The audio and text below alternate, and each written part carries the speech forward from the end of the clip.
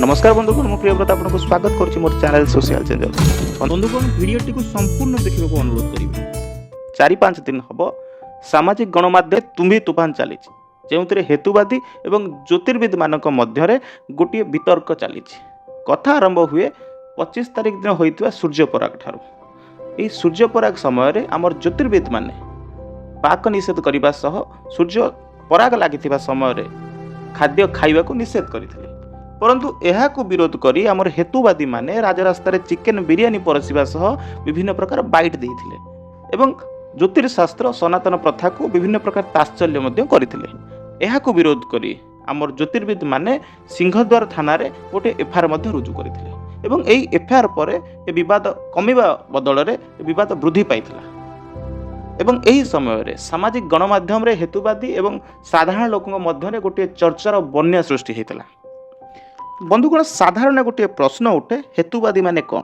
बंधुगण हेतुवादी माने सही प्रजातिर जो मानकु प्रति कथार तथ्यर दरकार अछि ताहा पुणी विदेशी गोरा मानकर तथ्य से तत्क्षणात ग्रहण करिथांती। डाक्टर जने रोगी को कहले सिगारेट टाणिबा द्वारा आपणकर लंग्स रे विभिन्न समस्या देखाबार संभावना अछि। रोगी जनक हेतुवादी थिले से संगे संगे डाक्टर को तात्सल्य करबा आरंभ करदे सेही ठारे ही सिगारेट टाणिबा आरंभ कले एवं डाक्तर एक कथा देखि बुझीगले जे तांकर मानसिकता कौन।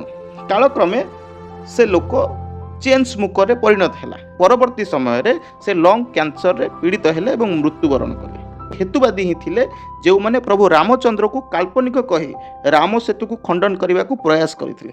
बंधुगण यही हेतुवादी माने भारतर स्वाधीनता समय रे जुक्ति करथिले जे भारत एक हिंदू बहुल अंचल एवं एठारे मुसलमान माने सुरक्षित निमंती तेणु सेमानक पाई गोटे नूतन देश सृष्टि हो एवं देश को विभाजन करा जाऊ। एही हेतुवादी माने विभिन्न समय सनातन संस्कृतिर मजा उड़ेबा काम करिथांती। निजको महाज्ञानी सजे महादेव को ऊपर दुग्ध अभिषेक कहीं करा जाए, होली रे जल नष्ट बंद कर, दीपावली बंद कर, यही सब कथा को नहीं से समाज रे विभिन्न समय मीडिया आगे को आसी थांती। आज अनेक अंचल यह प्रमाणित हो सारी हिंदू सभ्यतार जो रीतिनीति अच्छी ताहा पछरे विज्ञान लुचि रही। महाप्रभु रामचंद्र काल्पनिक नुहंती, यह वास्तव घटना बोली प्रमाणित हो सारी। दीपावली एवं होलीर आवश्यकता मध्य जना पड़ी।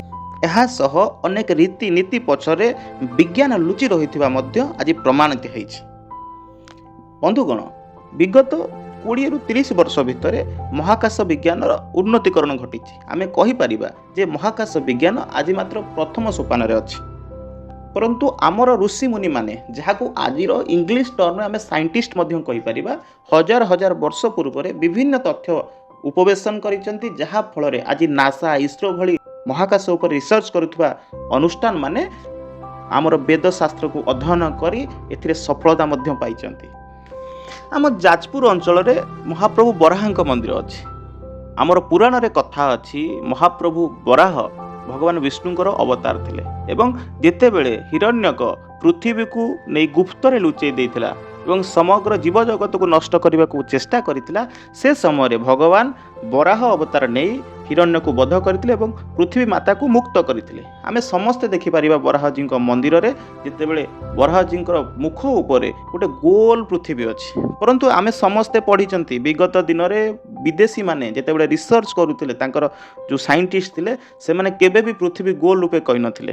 थिपाई मध्य महान वैज्ञानिक गालिलियो को मृत्युवरण करबा को पड़िथिला परंतु आमे हजार हजार वर्ष पूर्व जानिथिले पृथ्वीर आकार गोल थिला बोली। बंधुगण आम विभिन्न समय मंदिर को जाइए मंदिर में आम समस्ते देखी नवग्रह पूजा होता है। घरे मध्य पूजा करने समय नवग्रह पूजा करिथांती परंतु मात्र किछि वर्ष पूर्वे ही नासा एवं तार सहयोगी संगठन माने सूर्य चारिपटे 9टी ग्रह घुरुथिबार कथा कहिथिले परंतु आमर ज्योतिर्विद माने आमर शास्त्रज्ञ माने ए कथा हजार हजार वर्ष पूर्व कहि सारिथिले। सबुठारु बड़ कथा जदि आमे देखिबा आम पाखरे जो पंजिका अछि ए पंजिकारे निर्भुल भाव रे ग्रहण एवं नक्षत्र मानकर चलन विषय विभिन्न प्रकार कथा रही जहाँकि हजार हजार वर्ष पूर्व लिखा जाइथिला। आज ताहा निर्भुल भाव रे सत्य प्रमाणित होउछि।